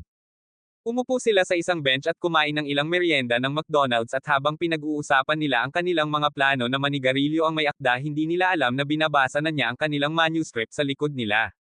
Tinanong niya kung gusto nilang malaman ang dahilan ng pagtataksil ni Billy kung paano talunin ang Yumas ang misteryosong nakaraan ni Andy at kung paano talunin ang Diyos. May presyo daw ito at biglang may sumulpa at nagagamba na si Yuma sa likod niya pero mukhang hindi siya naabala dahil alam niyang teritoryo nila iyon. Sinabi niya sa kanila na malapit na nilang labanan ang taglagas na si Yuma at sinabing tiyak na lalakas sila pagkatapos nilang talunin ito. Idineklara niya ang pagsisimula ng arko ng taglagas ngunit nang sinubukan ng mga gagamba na salakayin sila sumabog sila sa isang tumpok ng gun na naging sanhi ng pagkadismaya ni Ano. Itinutok ni Andy ang kanyang espada kay Ano habang tinatanong kung alam niya ang hinaharap ngunit bigla itong sumulpat sa harap ni Fyuko at sinabi sa kanya na malapit nang dumating ang taglagas. Nang makarinig si Fyuko ng isang sigaw tumakbo siya para tingnan kung ano ang nangyayari sa kabila ng mga babala ni Ano at nakarating siya sa isang lugar kung saan binalikan niya ang kalunos-lunos na alaala ng pagkamatay ng guro ng zombie sa labanan laban sa spoil. Maya-maya nakarating silang tatlo sa isang ilog kung saan naghihintay si Autumn Yuma at ang kanyang mga kampon sa kabilang panig. Sinabi ni Ano na ito ay isang Yuma na kumakain sa sariling talambuhay ng mga tao at nakita nila na binago ng halimaw ang ulo ng biktima nito sa isang libro na binasa nito sandali bago kumain. Humingi si Autumn ng isang mas kawili-wili at bihirang kwento bago ipadala ang mga halimaw na gagamba nito sa kanila at si Andy ay sisingilan sila ni Fyuko sa kanyang likod pinabagsak ang ilang spider na si Yumas bago nagpaputok ng bala sa taglagas. Gayunpaman ang kanyang bala ay walang pinsala sa taglagas at ang taglagas ay binago ni Yuma ang binti ni Andy sa isang tumpok ng mga libro kaya pinutol niya ito upang muling magpatubo ng bago. Samantala pinutol ni Ano ang kanyang kaliwang braso at ikinabit ang isang bersyon ng braso ni Andy na iginuhit niya bago nagpaputok ng isang napakalaking pag-atake ng bala sa daliri sa taglagas. Ang taglagas ay muling nabuo mula sa pag-atake at dinala ni Ano sina Andy at Fyuko palayo sa isang sasakyang panghimpapawid bago dumating ang unrepair sa lugar. Sa eroplano sinabi niya sa kanila na hindi na niya mapapalaki muli ang kanyang kaliwang kamay dahil isa lang ang naipapakita niya sa bawat pagkakataon pero okay lang daw dahil hindi niya ito kailangan para gumuhit ng manga. Pagdating nila sa kanyang base si Ano ay gumuhit ng claw mula sa taglagas na si Yuma at sinabing makakatulong ito kay Andy na mapalakas sa pamamagitan ng pagkonekta sa kanyang nakaraan. Nang tamaan siya nito ng kuko nag-transform siya sa isang higanting libro na lumampas sa kapaligiran ng Earth. Nagulat si Fyuko sa laki ng libro kaya ipinaliwanag ni Ano na ganoon iyon dahil kasama na rin ang portion ni Victor at idinagdag na ang haba ng kanyang buhay. Nang tanungin niya kung kailangan niyang basahin ang lahat para malaman ang tungkol sa nakaraan ni Andy sinabi ni Ano na kailangan lang niyang pumunta sa libro at ginawa niyang spirit version si Fyuko gamit ang isang artifact na tinatawag na Soul Caliber. Gamit ang artifact binago niya ang espiritu ni Fyuko sa isang Risingen at ibinaon siya sa mga memory book ni Andy. Ilang sandali pa nagising si Fyuko sa isang desyerto na lupain at napagtanto niyang nasa alaala siya ni Andy. Noon lang isang cowboy ang nagpakita at sinubukan siyang paninigarilyo ngunit isang nakaraang bersyon ni Andy ang nagligtas sa kanya sa pamamagitan ng bala. Nang tawagin niya itong Andy sinabi niyang wala siyang ideya kung sino ang kausap nito at hinawakan siya ng kanyang babaeng partner na si Josh habang tinatanong kung bakit niya sinusubukang akitin ang kanyang kapitan. Habang nakahawak si Josh sa kanya nagsalita si Fyuko ng ilang English habang ipinakilala ang kanyang sarili kay Andy at ipinahayag na alam niya ang kanyang hinaharap. Pagkatapos dinala siya ng cowboy sa bar ng isang babae na ang anak na babae ay iniligtas nila at uminom sila hanggang sa mamatay ang kanilang kinakasama. Makalipas ang ilang minuto hiniling ni Fyuko na sumama sa kanyang mga tripulante kaya pinasa siya ni Andy sa pagsubok ng lakas ng loob na naipasan niya dahil sa laki ng tiwala niya kay Andy. Noon lang pinaputukan sila ng ilang mga cowboy ng kaaway at nagawang iligtas ng mga kasamahan ni Andy si Fyuko kahit nabaril sila sa pag-atake. Pagkatapos nilang mamatay nag-beast mode si Andy habang sinisira niya ang mga cowboy ng kaaway gamit ang mga palakol at sa wakas ay tinanggap niya ang katotohanan na siya ay isang undead. Kinabukasan inilibing nila ang mga yumaong kasamahan ni Andy at nakonsensya ang may-ari ng bar sa pangungunan niya sa mga cowboy ng kaaway doon kaya sinabihan siya ni Andy na magbuhos ng whiskey sa kanilang libingan taon-taon hanggang sa siya ay mamatay. Pagkatapos magkasamang nag-adventure sina Andy at Fyuko at nakipag-away sila sa ilang masasamang tao sa loob ng maraming taon. Isang gabi hindi naniniwala ang kanilang mga bagong kasama sina Ash at Camus na si Fyuko ay isang lock negator kaya ginamit niya ang kanyang kakayahan upang pabuhusan sila ng beer ng barmaid. Nang maglaon ay nakilala niya si Andy sa baybayin ng isang ilog at nagkaroon sila ng malalim na pag-uusap tungkol sa kamatayan bago sinabi sa kanya ni Andy na pumunta sa kanyang mas lumang memorya. Habang siya'y naglalaho na may luha sa kanyang mga mata nangako siyang hahalikan siya sa hinaharap at sa kalaunan ay nagpakita siya sa harap ng isang gusali sa mas lumang alaala ni Andy. Habang iniisip ni Fyuko kung nasaan siya si Victor ay lumitaw sa kanyang harapan at hiniling na umalis siya. Gayunpaman tumanggi siyang gawin ito dahil determinado siyang alamin ang tungkol sa nakaraan ni Andy at sinubukan niyang barilin ito ngunit lumitaw ito sa likod niya at sinabing hindi niya ito buhay. Nang tanungin ni Fyuko kung bakit gusto niya itong wakasan sinabi niya na ito ay dahil ayaw niyang sumilip muli ito sa kanyang mga alaala at dahil din sa papayagan nitong burahin ang tanging bagay na pumipigil sa kanya sa pagkuha sa katawan ni Andy. Sumuko si Fyuko kaya binaril niya ito ng bala ng daliri. Nagising siya sa ibang yugto ng mga alaala ni Andy kung saan sumulpot si Victor sa kanyang likuran at muling pinatay. Matapos magising sa bagong yugto ng panahon sinubukan niyang tumakas ngunit inatake siya ni Victor gamit ang pagpapalawak ng domain nito. Gayunpaman iniligtas siya ni Andy at winasak si Victor gamit ang isang rocket punch. Nakakaiyak ang muling pagkikita ni Fyuko sa kanyang asawa at nang muling buuin ni Victor ang kanyang sarili sinabi niya kay Andy ang kanyang mga plano na kontrolin ang kanilang katawan sa pamamagitan ng pagsira kay Fyuko. Sinabi ni Andy na ipagtatanggol niya siya sa lahat ng mayroon siya dahil alam niyang kailangan siya ng kanyang hinaharap kaya pinasabog siya ni Victor ng sunod-sunod na bala. Naiwasan ni Andy ang pag-atake at nakipagsagupaan ang mga talim ng dugo kay Victor hanggang sa nagtagumpay si Vic sa pamamagitan ng paglaslas ng kanyang mga paa. Nang muling makabuo si Andy ang dalawang undead gigachad ay nagpasabog ng dugo sa isa't isa at hiniling ni Andy kay Fyuko na pakawalan siya upang magamit niya ang kanyang kamalasan upang talunin si Victor. Binigyan siya ni Fyuko ng isang halik at tumakbo palayo na nagpapahintulot kay Andy na sirain si Victor gamit ang mga stroke ng malas na inimbak niya sa kanyang daliri. Nang muling makabuo si Victor pinalipad niya si Victor gamit ang isang nakahiwalay na umiikot na kamao na nagtakda sa kanya upang madurage ng isang eroplano. Pagkatapos kinulong nila ang ulo ni Victor sa isang containment pod at sinabi ni Fyuko kay Andy na gusto niyang kausapin si Victor at bigla itong lumabas sa pod na hawak nila sa kanya. Maya-maya tinanong ni Fyuko si Victor kung ano ang relasyon nila ni Huwes at sinabi niya sa kanila kung paano sila paulit-ulit na nabigo ni Huwes na ihinto ang pagkatalo sa Diyos hanggang sa simulan niyang gamitin ang art para ailop ang sarili. Sinabi niya na gusto niya itong patayin dahil ayaw niyang makitang naghihirap ang babaeng mahal niya at sinabi niya kay Fyuko na sa kalaunan ay magiging sapat na ang lakas niya para maabot ang Diyos. Pagkaalis niya hinalikan siya ni Andy at nadala siya sa kasalukuyan. Sa kasalukuyan sinabi ni Ano kay Fyuko na si Andy ay nakararanas ng panibagong buhay sa ngayon at sinabing ang kanyang mga alaala ay magpapatibay sa kanyang puso. Nang mapansin ni Ano na si Onrepair at ang kanyang kaalyado ay dumating sa kanyang base sinabi niyang papatayin niya sila kung balak nilang matakpan ang kanilang memory surfing. Pinalihis ni Ano ang blade attack ni Onrepair at sinabi niyang gusto niyang malaman ang tungkol sa hinaharap mula sa kanyang manga. Tinanong niya ito kung bakit niya itinaya ang kanyang buhay para sa kanila bago sumabog ang isang mas malaking pag-atake na naglaslas sa kanyang kanang braso. Ilang taon na ang nakalipas natagpuan ni Ano ang artifact na G-liner sa sahig at nang kunin niya ito nakita niya ang nakaraan at hinaharap na mga kaganapan ng kasalukuyang time loop na naging dahilan upang siya ay matuwa. Sinimulan niyang iguhit ang mga kaganapang ito bilang manga ngunit nang pumunta siya upang ipakita sa kanyang ina na pagtanto niya na hindi niya ito nakikita. Ito ay dahil nagising siya bilang isang negator at umiiyak siya habang pinapanood ang kanyang ina na desperadong naghahanap sa kanya. Isang araw nakita niya ang kanyang ina na nagdadasal para sa kanya na mabuhay sa isang lugar sa pagguhit ng manga na mahal niya kaya kinuha niya ang G-liner at ipinagpatuloy ang pagguhit ng manga na may pag-asa na balang araw ay makikilala niya ang mga miyembro ng unyon na nagbigay sa kanya ng lakas ng loob. Sa kalaunan ay naipublish niya ang kanyang unang romance manga at napuno ng kaligayahan ng ang kanyang manga ay na-serialize kaagad. Ilang sandali pagkatapos niyang ma-serialize pumunta siya sa isang kagubatan kung saan nakita niya si Andy na nag-aaral ng mga diskarte sa espada na humihinga ng tubig kasama ang isang babae. Nang subukan niyang yakapin siya dumaan siya sa kanya at nakita niyang ibinigay nito sa dalaga ang pinakabrutal na pagtanggi sa lahat ng oras pagkatapos niyang ipagtapat ang kanyang nararamdaman sa kanya. Ang mga alaala ni Ano sa hinaharap ay nagsiwalat na ang mabubuting tao ay matatalo sa pagkawala ni na Andy at Fuko at naisip niya na maaari niyang isulat ang mga kaganapan sa hinaharap sa kanyang manga upang baguhin ito. Sa kasalukuyan lumabas si Andy sa kanyang libro at sinira ang isang negator na nagtatago sa dingding gamit ang isang laslas ng dugo. Nalungkot si Fuko nang makita niya si Ano na nakahandusay sa lupa ngunit hinimok siya ni Andy na maghanda para sa darating na labanan. Nang lumabas sila nakipag-ugnayan si Fuko sa partner ni Unrepair ngunit nagawa niyang nakawin ang baril ni Fuko bago bumagsak sa bubong.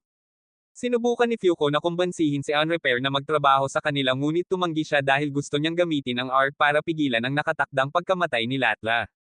Nang magpakita si Latla kasama si Otem sina Unrepair at Fuko ay nagkaroon ng karera kasama ang kanilang mga kasosyo sa kanilang likuran upang makita kung sino ang unang sisire kay Otem.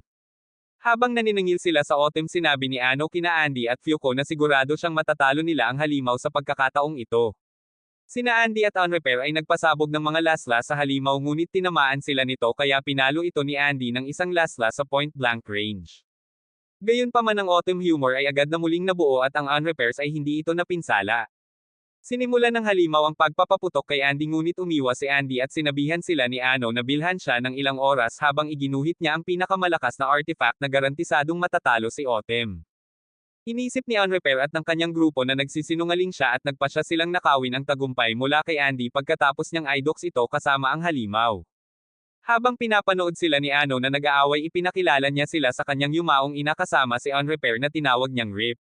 Mabait at cool daw siya pero pinigilan niya ito matapos mawala ang taong mahal niya.